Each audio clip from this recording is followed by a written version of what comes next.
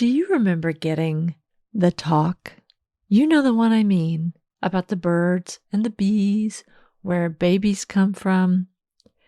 My school gave a sex education class back in either 5th or 6th grade. This was in the Bible Belt in the late 70s, so you may be shocked that they gave a sex ed class to kids that young. But not to worry. Nothing remotely resembling actual sex was discussed.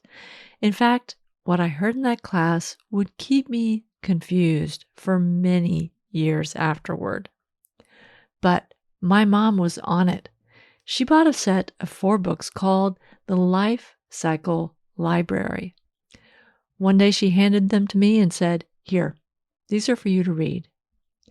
The Life Cycle Library consisted of those kinds of drawings that you might see in a doctor's office. You know, the outlines of human figures with other drawings of various organs inside these outlines. I saw drawings of things called fallopian tubes, ovaries, testes. Needless to say, these books were a favorite with friends at sleepovers. We would each take a volume and pick out the drawings that grossed us out the most to show the others, saying, "Ew!" After spending a lot of time with these books, I still knew nothing about sex. Although, thinking back, the drawings were so unappealing that it may have definitely contributed to the fact that sexually, I was a very late bloomer. Today, I'm sharing an excellent conversation between the hosts of Reframeables, Natalie and Rebecca Davey, with their guest, sex-positive communicator Emily Roach. If you're having the talk with any young person in your life, maybe this conversation will give you some good ideas. If you want to hear more from Natalie and Rebecca and Reframeables, you can find them anywhere you listen to podcasts, including YouTube. Hello, Reframeables. It's Nat. And Beck, 2 very different sisters who come together each week to reframe some of life's big and small problems. We're moms, writers. We have soft boundaries. We see the world differently, but we both lean into vulnerability together and with our guests, because we like deep dives. So come with us, let's reframe something. Today, we are reframing how we talk about sex with kids, with sex positivity communicator Emily Roach, whose loyal and growing following on TikTok suggests that we're not the only ones looking for this conversation. She has like 300,000 followers, Beck. That's a lot of sex talk. Indeed. So, takeaways.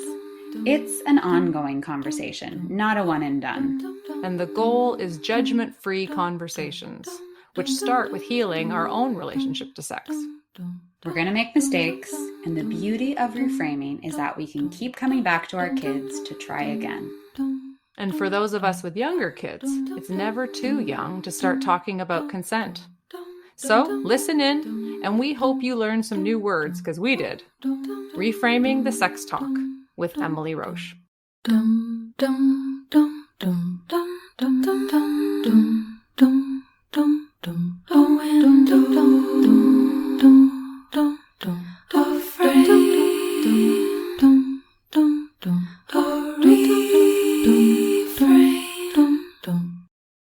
How do you sum up your work in a title? Are you a coach? Are you a sex positivist counselor? Tell our listeners a little bit about how you got to where you are today and what you call yourself. When I did my degree, I took communications in university, and I've worked as a professional communicator, like my 9 to 5 ever since. And really the core of my job as a communicator has always been to take information from the subject matter experts and then translate it into digestible, understandable content, so whether that's writing correspondence or speeches or news releases, that's really the bulk of what it is to be in communications, is to take information and translate it into something that people who aren't subject matter experts can easily understand. And so I guess when I try to think about what title I would give myself, it's a sex positivity communicator, because I'm still working towards being a certified sex educator. But really what I do is I try to translate so much information that's out there and available for people and make it into something that they can understand and something that they can share with their kids as well. So you have like more than 300,000 followers on TikTok. Yeah, I broke 300 last week. Wow, right? I mean, so people are really searching out content like yours. And I'm assuming that your account is what inspired your book, Hey Sweetie, The Sex Positive Guide for Navigating Tricky Conversations with Your Teen. Or was it vice versa? Had you written the book and then the account kind of came from that? So tell us a little bit about that. My content definitely inspired the guide. I was talking in one of my videos about trying to reframe sort of how, having the sex talk with your kids, the talk, and saying, you have to have so many talks. There's so many things to talk about, picking a partner, talking about consent, talking about porn, talking about the reasons people, like so many conversations have to be had, so many topics have to be covered. And then I would get a lot of comments from people saying, I understand that, but how? Because a lot of people have the information, they have access to it. They've seen public health experts saying, open and judgment-free communication is what you need to have with your kids. They've read work by Emily Nagoski or Jessica Valenti, for example, and they know, but they just don't know how to translate that into parenting. So I wrote a mock talk. I think one of my Hey Sweeties, the first one I did, was about picking a sexual partner. And I had a bunch of parents sort of tagging their teenagers in it saying, listen to this. And then it was actually featured by a keynote speaker at an international conference for women's sexual health saying, what if we were able to have parents talking to their kids about sex like this? And more comments would come in like, do you have this written down somewhere? So I wrote it down and I put it on Amazon, but really it's a guide. It's not necessarily a book. I am working on a full-fledged book where I delve more into these conversations and these topics, but it's 25 pages. It's a collection of 6 talks for parents to have with their kids. And it's just ready to go language, well-researched, sex positive language. I really like the idea that it's ongoing talks and it's not one talk. I mean, that's helpful to me because you don't have to get it perfect. You don't have to find these magic words that this is the one time I will say these things to you. That's so old school, I guess, the talk. Yeah, I think it's so outdated. And also, it's so much more difficult for both the parents and the kids. If you're having these conversations from the get-go where, even as they're little, you're talking to them about their bodies and they're setting boundaries and their body bubble. And then, you casually start talking to them about puberty just gradually. When they ask you what a tampon is, you just answer it honestly.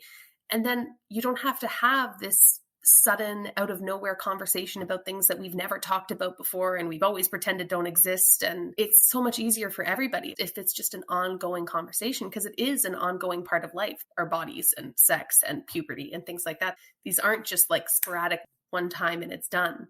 It's an ongoing conversation. Right. Do you sense from the feedback you get on TikTok that people see it that way, that it's ongoing, or has that been sort of a radical thing you've imparted? It's funny because every time I think that what I'm saying is common sense, it ends up being super radical, but I'd say it's split. I'd say 50% of people say, well, of course it's ongoing conversations. And then there's another 50% saying, well, why do you want to talk to your kids about sex so much? Like, this is creepy. Why are you so involved? And it's like, no, it's not like an over-involvement or over-investment in their sex life. It's just ongoing conversations about something that we want to normalize having conversations about. Yeah. Okay, but a question. There are obviously a lot of us out there who are stressed about talking about sex. I'm trying to decide how I feel about it. I do feel with my teenager that I could overstep boundaries just by saying sometimes anything. So I do. So I'm like, did I miss the boat on having some of these ongoing conversations? I don't know. Why are you not stressed about this? Like, how did you gain this fluidity in this language? Like, I just really want to know who your parents are. It's true. How did they raise this?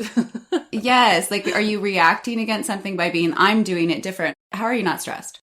I am doing it different. And that's not to speak poorly of my parents. I have like wonderful, involved, loving, protective parents, but I don't think that they approached these types of conversations well, in that it was very taboo, like it was very awkward to have conversations with my parents. I think I one time had a yeast infection that got kind of out of control because I didn't want to be like, Mom, it's itchy. Like, because it was just so weird to talk about it. And, I had negative experiences. And when I was in university, we had a guest speaker come in and talk about sex positivity. And I had that visceral reaction that so many people have when they're first introduced to my content, like, but sex is so dangerous. There's so many things that could go wrong. And then she said, yes, absolutely. And that's exactly why we should be aiming to have more sex positive conversations, more sex neutral conversations. And, in places and countries where the culture is more sex positive, there's less sexual assault, there's less teen pregnancy, there's less STI transmission and things like that. There's this confirmation bias that can happen in the cycle of sex negativity. Like, for example, my parents telling me sex is dangerous and has so many risks. Don't have sex because if you do, there's pregnancy, there's this. And then I had a pregnancy at 19. So it would have been very easy for me to go, oh, they were right. Sex was dangerous. And then to continue that with my kids. No, you don't understand. Like, sex is dangerous. But was sex what was dangerous, or was my lack of information about how to be properly safe and how to, be selective about certain things, understand that, your UTI medication might affect your birth control, things like that. Like, is that what left me pregnant at 19, or was it sex? And in all of the self-reflection that I've done and in all of the reading that I've done, it's the lack of information that's the danger, not sex itself. But I'm definitely still stressed sometimes. Like, it's not like it's just second nature 100%, with it. But the more you do it, the more you talk about it, I do think the easier it gets. But you're like entering the conversation. Like, you're like, I'm going towards the dangerous, I have air quotes here, conversation. You're not running away from it. Yeah. And you fake it till you make it, like the first time I started saying vulva with my kids, I was like, that seems so strange. I grew up, we called it a wee-wee in my house. I don't know why that's the word we had, but that was the word that we had. And when I first started saying vulva, it was like, oh, this is so strange. This is so uncomfortable. But now when I say wee-wee, I have that same effect, and vulva is just a word. So I think it's the same with everything. I still get uncomfortable about things. But the other day, one of my kids said, well, what's puberty? And then my older kids started explaining certain things. It was just so matter of fact for them. And I was like, well, I guess I don't seem as uncomfortable to them as I actually feel. Can you tell us a couple more takeaways from the book then? Because that's obviously then is happening with your kids. They're saying the things that you're teaching. What are some of those learnings? To be sex positive, I think a lot of people misunderstand that as, thinking that sex is always a positive thing. But really, it's about establishing a positive relationship with sex itself. And that's going to look so different for everyone. So what I want some of the takeaways to be is that judgment-free and open communication allows your kids to make those choices, because their sex life is probably not going to look like yours. How they value it might look like yours. It might not. So there are so many different perspectives, different outlooks to have about sex, and it's about allowing your kids to make that choice. But that's not necessarily something you can do before you've healed that part in yourself, right? So I guess the two takeaways would be to allow that for your kids to have happier and healthier sex lives, but also to consider how things might have been different for you and to heal that part of you, because you also deserve to have a positive relationship with sex itself. Yeah. So this isn't just about our kids. This is about us. That may seem so obvious to some folks, but for me is a bit of an aha learning. Do you get asked, how's your sex life? Oh, a lot. I think actually most of those types of intrusive comments are from people who really disagree with my take and come from that sort of puritanical perspective. And they're like, oh, well, spoken like someone who's had hundreds of partners. It's always funny to me because relatively speaking, I actually have quite small number of partners because I was with my husband so young. So that's always a funny takeaway for some people to have. But no, I don't get too many people sort of pushing those boundaries, and really I just ignore them. I got a DM from someone saying, can we talk about sexual things? And I was just like, I'm just not going to entertain that even with an answer, even with a no. It's just not something I'll answer. That's just a quick block. Yeah, that's just a quick, easy, sorry, no. Bye. Dum, dum, dum, dum, dum, dum, dum, dum, dum, dum, dum, dum, dum, dum, dum, dum, dum. Hey, Reframeables, a little housekeeping. Don't forget to rate, review, or subscribe wherever you listen to your podcasts. if you like what we're doing here on Reframeables. Your feedback really supports this reframing project of ours. Also, please sign up for our weekly newsletter, which comes with a free delicious recipe from Nat. Check us out over on Patreon too, where we do mini episodes which we call Life Hacks and Enhancers, our 5 best things in a week. On Patreon, you can become a monthly donor for as little as $2 a month, or you could even tip us on our new coffee account. Lastly, tell us what you like and what you want to hear more of. We love feedback and getting to know you, our listeners. All the links are in our show notes. Love Reframeables. Dum, dum, dum, dum, dum, dum, dum. So, okay, my son, because I'm thinking like that little book that you've got there sounds so wonderful for teens and even preteens, right? I mean, sort of like building into it. But my kid, it's a boy. And so there's something right there that I feel like my husband is a big dude, like big shoulders. My kid's going to grow into a version of that man. And I feel like there is such a deep sense of responsibility that I carry, that we both carry as partners, and wanting to make sure that our son is very aware of the power that his body just carries in the world.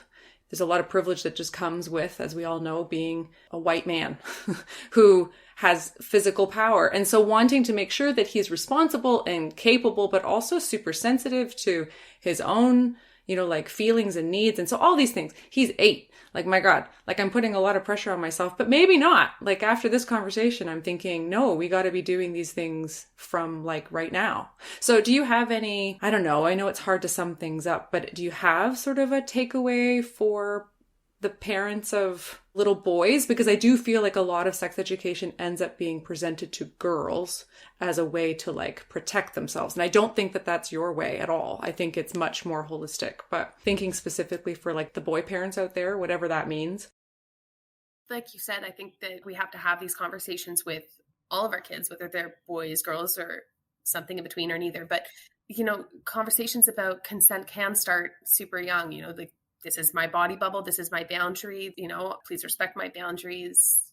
I also have a son, and there's definitely that sense of responsibility that I have as well, especially when you consider how sex is so frequently framed as being this experience that's really only about men's pleasure. And if the woman is pleased, well, that's just one heck of a generous lover. Wow, what a bonus. And it's like, that's crazy to me. It's not just about their pleasure. And I think that in and of itself, just conveying that message during your conversations with your son when you get to that point about talking to them about sex is huge. I also think that, being sure when you're talking to them about porn, whether you're going to take sort of like a prohibitionist or a harm reduction type of approach to talking to your kids about porn, making sure that no matter what, you're taking the time to humanize the person on screen, because, we have boys and girls, but boys who are accessing porn at the tip of their fingers with the push of a button. And it's always male centric. You have these girls, every single one of them in the videos are finishing from penetration when really like 90% of us can't finish that way.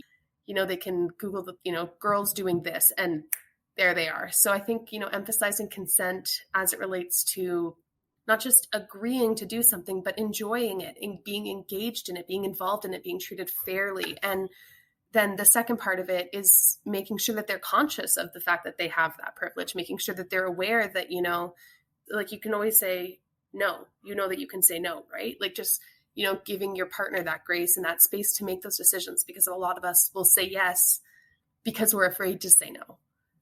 But I think also just the fact that you're conscious of it is a huge step and a huge indicator that it's going to turn out okay, because a lot of parents just are like, oh, well, not my son. So I think that's great. Yeah, it's wild. Just wild to think that that's like even down their road, right? Like at 8, I understand the proclivity in parents and guardians to want to just sort of keep this very innocent right now. But it's coming fast and furious, this exposure, because of the beauties and ills of the internet. So if we're all participating, like, let's join the conversation. So if you could go back and talk about sex the way you do now to your younger self, like what would that look like? Was there something particular you needed to hear? Oh God, there are so many things that I needed to hear. I mean, the impact that sex negativity had on me, it was so profound. And it was simple things like, setting body boundaries. Like, I'm not a hugger. I've never really been a hugger, but I always would hug my friends because they would come in for a hug, and just not really recognizing that, yeah, I can just back away and say, no, I don't want to hug. So simple things like that. And then more complex things. Like, I had a 2 to 3 year long sexual relationship with a really emotionally manipulative guy when I was a teenager. And it was awful. And I think, just hearing things like, one of the messages that I repeat often, and I think part of it is for my 16-year-old self, I wish I could just tell her, casual sex is fine. Casual sex is fun. I love it. Having sex with someone when you two are in love is also wonderful. I love that too. Having sex when one person is in love and the other person is not shouldn't happen. It hurts a lot. And it's hard to keep it casual when one person has those romantic feelings. Telling them that friends with benefits, friends is supposed to come first. It's just because there's that sex, just because there's no romantic relationship doesn't mean that you shouldn't be holding high standards for how you deserve to be treated with respect and how your consent deserves to be respected. And I think about that a lot. But then I also think about, even if that had all been reframed for me, if it hadn't been reframed for my peers, how really would that have changed my life? I can't really say. But I wish I could go back and tell myself some things for sure. Not that I would change where I am now, though. You're also saying that you were battling how sex was viewed in your peer group. Is that what you're saying?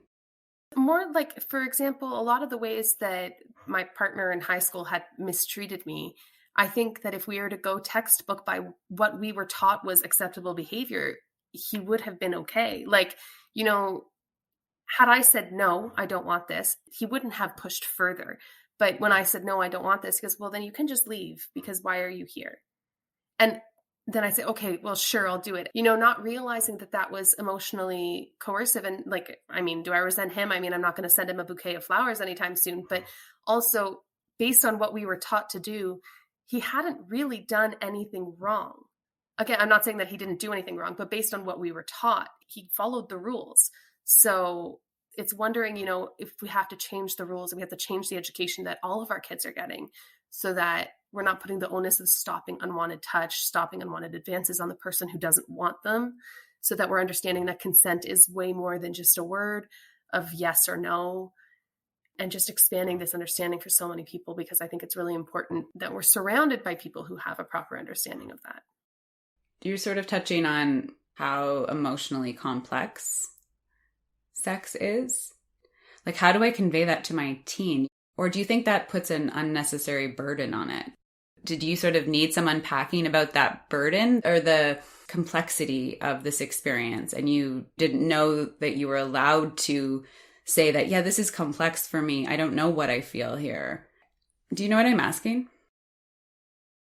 Yeah, I think when we talk about being ready to have sex, I think talking about emotional readiness is really important. I think where a lot of people will, well, I say go wrong, that's a subjective take, but in my opinion, where a lot of people go wrong when talking about emotional readiness to their kids is they say, you're just not ready. You don't understand. It's way too much emotionally. I think that's not necessarily the right approach for a couple of reasons. First of all, as a teenager, if my parents told me, well, you're just too immature, basically, I would have been like, well, you don't know. And also can come across as condescending, even if it's meant with the best of intentions, even if it's not meant in a condescending way, it can come across that way when we're telling kids, your brain isn't developed. And then also, I think it's placing this implication that sex is always going to be super emotional, and it's not. It doesn't have to always be super emotional. You can have casual sex. You can have fun, lighthearted, safe sex, and there's nothing wrong with that either. But I think when I talk about preparing our kids with that emotional readiness, it's teaching them to be able to identify what emotions are sort of driving their decision making. Are they acting from a place of romantic, I'm so in love with this guy, or are they acting from a place of, wow, he looks really good in that t-shirt, and I would be okay if this is the only time he and I ever interact, but I'd like to have sex. And I think being able to identify your emotions, being able to identify your intentions is what we should really be communicating with our kids, and communicating that they should hope to be clear of that partner's intentions as well. So like, if you are acting from that place of crazy, stupid love, that's also what your partner was doing. He's not just thinking that you look super good in your t-shirt, or she. I think that should be the focus, making sure that you're managing your emotions rather than your emotions managing you, making sure that you're able to identify and distinguish one intention from another, as opposed to placing this like, it's so emotionally heavy, because it isn't always. And I think that when we teach that, it will always be emotionally heavy. Dum dum dum dum dum dum dum dum dum dum dum dum dum dum dum dum dum. We talk about reframing, right? That's what Reframeables is all about. And I feel like you've been exemplifying that in this conversation. I mean, like, it's really great because reframing for us is about sort of working our way through from various perspectives to the other side of an issue, but not necessarily coming up with a definitive answer. It's not about coming up with sort of a yes or a no. And I think that, yeah, you've really shown that. So is it a word that resonates for you? Like, obviously for us, you're coming on here, you're using it because you're like, these are the reframing ladies, I'll do it. But is there something for you that's like, does it kind of touch on something in your own sex positivity journey? Absolutely. Absolutely. I think like, from when we talk about reframing consent from like that no means no framework into more of a yes means yes framework where, you're shifting the onus from one person stopping unwanted advances to the other person making sure that they're practicing ethical consent, shifting that framework. It's a huge reframe, reframing sex from being something that girls or women are doing for their male counterparts as opposed to being something they do with them. I mean, that's a very heteronormative perspective, but you know what I mean? It's so often framed as a male-centric activity, and then, oh, bonus, wow, he's such a generous lover, he cared that I was enjoying it afterwards. It's all about the reframe. And I think that's so important to understand, is that it's not necessarily saying everything is wrong, but have you considered why you know what you know? Have you considered, if we looked at it from this angle, how would that affect what you know? How would that affect the experiences you had? Because the experiences you had were real and they were important, but if you're looking at it from one angle and then you shift and you reframe and look at it from another, it's a completely different experience. Also, I realized one thing that was never said to us growing up. We didn't have a lot of sex conversations in our household, did we, Nat? No, that was an area where, we want to do differently in our own households for sure. Both of my parents came from really religious backgrounds. So I think that they didn't have any facility around that language. But how do you talk about now? Because I didn't know that I could want to have sex with a girl. It wasn't part of my psyche. It was very gender, binary. There was no fluidity there at all. So how do you speak about and impart the more fluid nature of sexuality? I've come across very heteronormative in this conversation, but mostly because I've been speaking about my own experiences, and my sexual experiences have been with men. But when I'm talking to my kids, even when they come home from school, it's, oh, well, do you have a crush on anyone in your class? Not like, what boy do you have a crush on? It's, oh, you're going to be the mommy? Okay, I'll be the mommy too. And then, oh, can there be two mommies? Yeah, of course. And then it's just status quo. We have books that have queer characters in them, and it's just having that representation. It's not always about the queer storyline. Like, it's not always, and she liked a girl. It's just, and, Raina said goodbye to her two moms and then went to school. And I think it's just normalizing those conversations really helps, and just trying to be neutral in them, not having to have a huge sit down and being like, something I want to talk to you about is gay people. Like, I think that casual inclusivity is so much easier for them to digest, and it's easier for us to implement as well as parents. I felt a huge success one day when my best friend was over and we were talking about one of the teachers in our school that all the girls sort of had a crush on. And she goes, oh yeah, well, this teacher was so hot. And my daughter had just come down the stairs and she goes, oh, was the teacher a guy or a girl? And I was like, like, you didn't just assume that she was going to be crushing on the hot guy teacher. You had to pause because you're open. You understand that this is totally a possibility for everybody. But yeah, I think casual inclusivity is really the way to go when we're parenting. What are your reframing tools, Emily? So where do you go when you are encountering challenge in your own life or with your kids? Like, you've really misstepped in a conversation, and how do you reframe that? Or tell us about your toolbox. For myself, I know I work through a lot of those types of challenges by writing. So I'll, think about something where maybe I took a misstep or I made a mistake, or I said something that wasn't necessarily wrong, but I think could be said better if I just reframed it a little bit. Often I'll write it out and consider that by myself. And then I'll always go back to my kids with it. I'm not going to, shy away from the fact that this is my first time trying to teach kids about sex. They're the first kids I've parented, and I'm bound to make mistakes. So, I'll go up to them and I'll say, hey, you remember when I said that? Yeah, well, I should have actually said this. This is more correct. What I said, like, even if it's not necessarily wrong, this is more correct. And I think it's just not shying away from the other perspectives and facing them head on, because if you don't, then you end up, 19 and pregnant. Just normalizing that I don't actually have all the answers. It's my first time being a parent, just like it's her first time being a kid. So, acknowledging that I can definitely make a mistake and look at something the wrong way, and being open to that new perspective, that shift in perspective, the reframe. You're like, I'm just finishing up Gilmore Girls. Oh, yes. How does that show sit for you?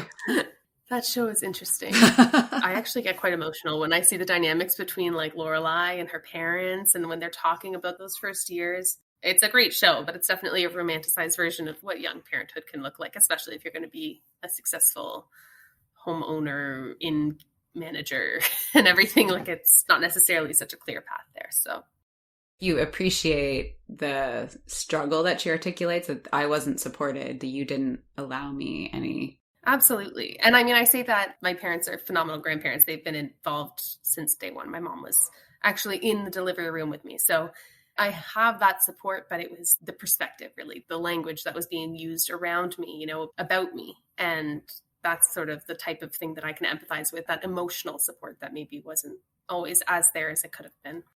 Yeah, like the conversations that were happening in the other room that you could sort of, this is what they're thinking about me. I had such an incredibly supportive, then boyfriend, now husband, who just was like, I don't know, a rock star. He was like, well, yeah, but, I grew up in this very like privileged sort of a life, and he didn't. So he was like, well, we can make it work. Like, people have done more with less, so we can do it. So he was really just a rock in that time, and always has been. I love the idea of ending what is going to be an ongoing conversation for so many families, right? That's how we started this. It's ongoing. This is not a one and done kind of sex talk, but that it is not a clear path. And so we have to forgive ourselves in the ways that we potentially do misstep, and then reframe those, and then reframe again. And this is ongoing. Of course. And we have to get informed. Would you say that that's so important in this? Is like hiding under rocks, as you said, sort of not at the beginning, pretending our kids are still 2 years old and it's still all comfy. Get yourselves together and be adults and get informed about all the things you need to know and how you need to change and update your thinking or whatever. Would you say, Emily? Absolutely. Absolutely. I think that informing yourself with, I think I've mentioned like Emily Nagoski's Come As You Are, Jessica Valenti, anything she's written. Those books are great places to start for people who are looking to reframe and inform themselves about sex just in general, not necessarily from a parenting perspective, but for themselves. Because like I was saying, it's a lot easier to parent in a healthy way if you've sort of healed that part of yourself. But also it's important to stay current. Things are changing so much. The internet that we grew up with, like when we were on Facebook or whatever, it's not at all the internet that they're growing up with. So be familiar with the apps that they're on, be familiar with the shows that they're watching and the music that they're listening to, and just sort of absorb the same media that they're absorbing so that where they're at. Because I think that parents will often also sort of underestimate the impact that the different media that our kids are consuming, how it can impact them. Get cool. Yeah, and staying involved, get to know their friends. I host a seasonal party for my kids' classmates. So we have the pumpkin party, the snowman party, and the flowers party in my kids' classes. And they come over and they talk at full volume. And it is like a full-on information session for me. I'm like, okay, so you're the kid that makes my kid feel anxious. You're the kid that's super polite.